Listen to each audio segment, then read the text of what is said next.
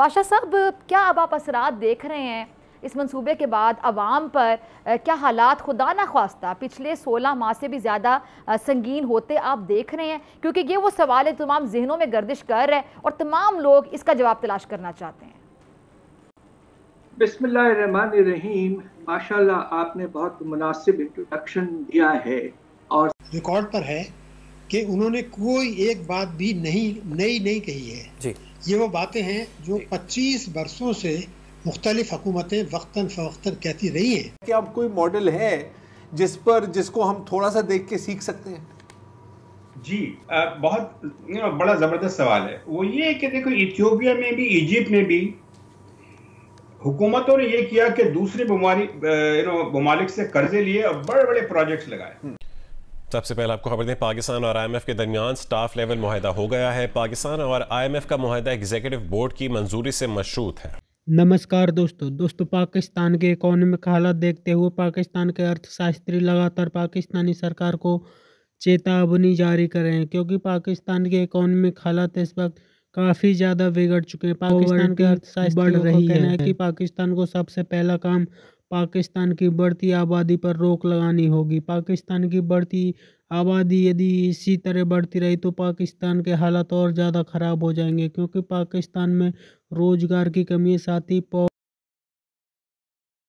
सबसे अहम सवाल आपने उठाया है कि क्या आने वाले दिनों में हालात कुछ खराब हो जाएंगे या कुछ बेहतर भी हो सकते हैं। इसके बारे में आपने सवाल किया है जी।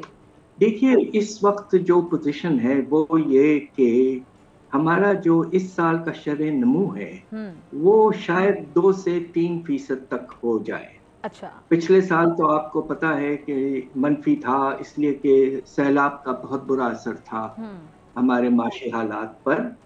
तो कम से कम ये कि थोड़ा सा आप देखेंगे शायद इजाफा होगा आमदनी में, मगर ये कि जब आपके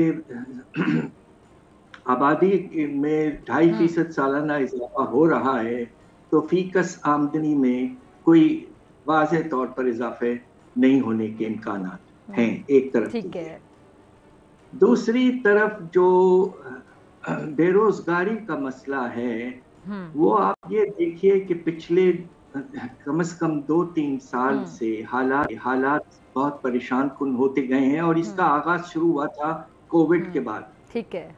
अब पोजीशन ये है कि हमारा अपना अंदाजा ये है कि मुझे अफसोस है कहते हुए कि हमारे मुल्क में जो अनएम्प्लॉयमेंट रेट या बेरोजगारी का लेवल है वो 2019 में कोविड से पहले तकरीबन 6.5-7% था।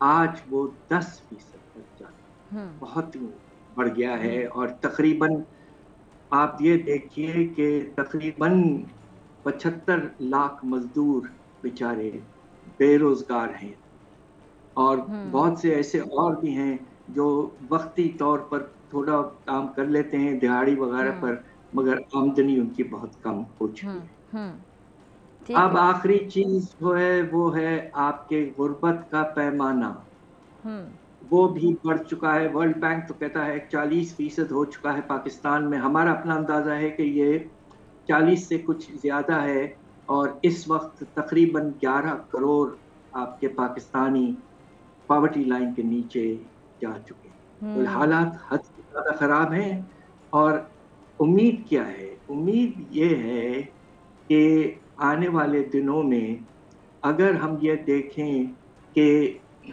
हालात इस सियासी तौर पर संभलते हैं और अगर मुख्तलिफ पार्टीज बैठकर एक चार्टर या एक सेट ऑफ रिफॉर्म्स पर उनमें आपस में एग्रीमेंट होता है, जिस तरह आपने याद होगा 2015 में हमने देखा था टेररिज्म के खिलाफ एक नेशनल एक्शन प्लान बना था, माशाल्लाह बहुत अच्छा था।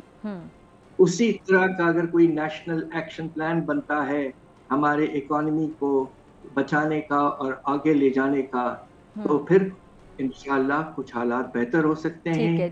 IMF के साथ बातचीत का आगाज हुआ है आने वाले नए प्रोग्राम के लिए।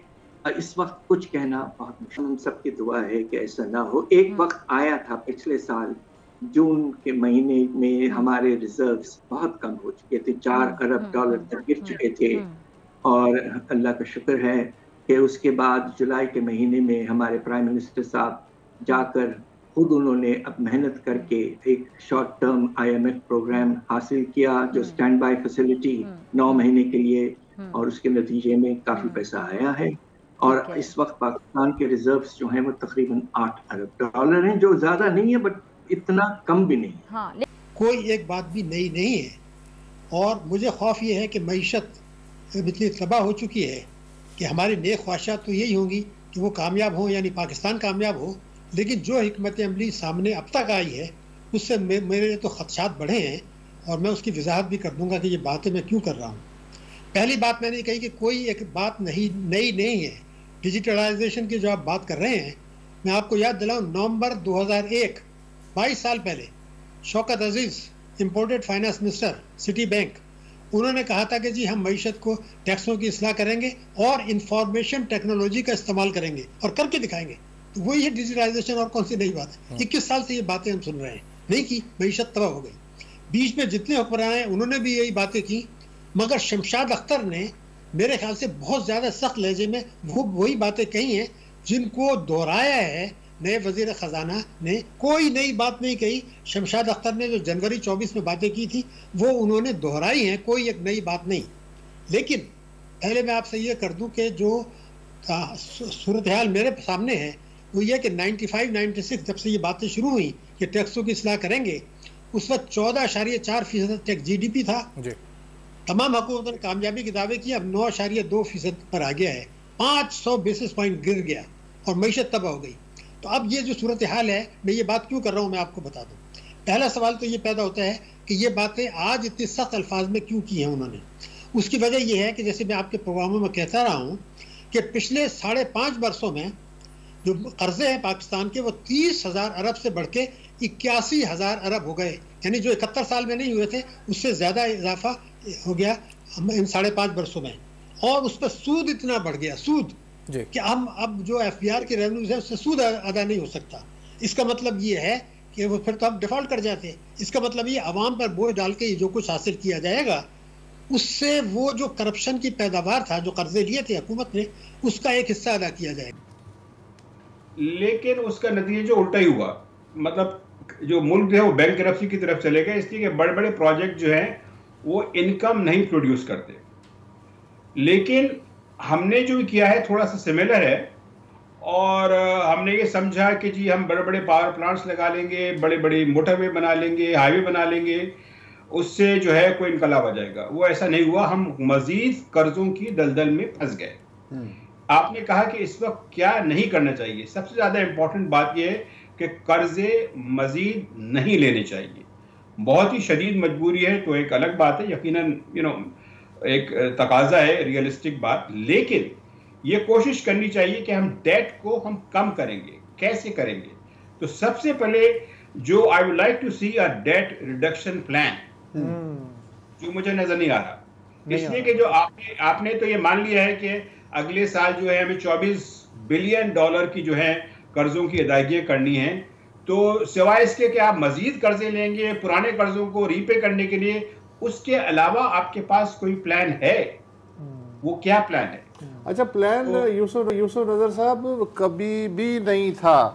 58 से आज तक कोई हुकूमत ऐसी नहीं है जिसने IMF से पैसे ना लिए हों, भले वो जुल्फिकार अली भुट्टो की सोशलिस्ट हुकूमत। नहीं, मैं कदा कलाम भी करूंगा। मैं ये नहीं कह रहा कि पहली हुकूमत के पास था, मैं जरा आज की बात करने, तो वो तो I am not saying that at all. तो मेरे ख्याल से हम 30, 40, 50 साल की हिस्ट्री में तो जा सकते हैं, लेकिन इस वक्त वो इसलिए कि पाकिस्तान के पास जो आपका जो कर्जों की जो पोजीशन है, मैं आपको बता दूं, it is getting close to 80% of the GDP। Public debt की बात कर रहा हूं। पब्लिक डेट जो है इजिप्ट का वो 90% ऑफ द GDP पहुंच गया था। तो ये एक अलार्मिंग लेवल है। बिल्कुल सही है। तो दोस्तों, पाकिस्तान में इस वक्त बिना भीख मांगे पाकिस्तान का गुजारा नहीं होता, क्योंकि पाकिस्तान में हालात ही इस तरह के बन चुके हैं कि पाकिस्तान की सरकार को हर हाल में भीख मांगना पड़ता है। क्योंकि पाकिस्तान में जिस तेज़ी से आबादी बढ़ रही है उसे लेकर के पाकिस्तान के अर्थशास्त्रियों का कहना है कि पाकिस्तान के लगातार एसेट्स कम हो रहे हैं और पाकिस्तान की आबादी काफ़ी तेज़ी से बढ़ रही है, जिससे पाकिस्तान को बड़ी तादाद में बाहर से सामान इंपोर्ट करना पड़ता है और पाकिस्तान को डॉलर्स की ज़रूरत होती है। पाकिस्तान को यदि पॉपुलेशन पर कंट्रोल नहीं किया तो पाकिस्तान के हालात आने वाले दिनों में और ज़्यादा बिगड़ सकते हैं, क्योंकि पाकिस्तान के इकोनॉमिक हालत अभी भी इतने ज़्यादा खतरनाक है। पाकिस्तान की सरकार चाह कर भी पाकिस्तान के इकोनॉमिक हालातों को बेहतर नहीं कर पा रही। पाकिस्तान का आर्मी चीफ और पाकिस्तान का प्राइम मिनिस्टर हर जगह भीख मांगते घूम रहा है कि पाकिस्तान को थोड़े बहुत डॉलर मिल जाए, जिससे पाकिस्तान की इकोनॉमी थोड़ी बहुत स्टेबल हो। लेकिन पाकिस्तान के लिए कहीं से डॉलर भी मिलता हुआ नज़र नहीं आ रहा, क्योंकि पाकिस्तान को सिर्फ IMF से ही पैसे मिलते हैं। इसके अलावा पाकिस्तान के पास कोई दूसरा ऑप्शन नहीं है, क्योंकि दोस्त मुल्कों ने तो पाकिस्तान को पूरी तरीक़ा से नज़रअंदाज ही कर दिया है। आपकी क्या राय कमेंट में ज़रूर शेयर करें। यदि आप चैनल पर नए, चैनल को सब्सक्राइब करें। वीडियो पसंद आए तो लाइक करें, कमेंट करें और शेयर करें। जय हिंद, वंदे मातरम।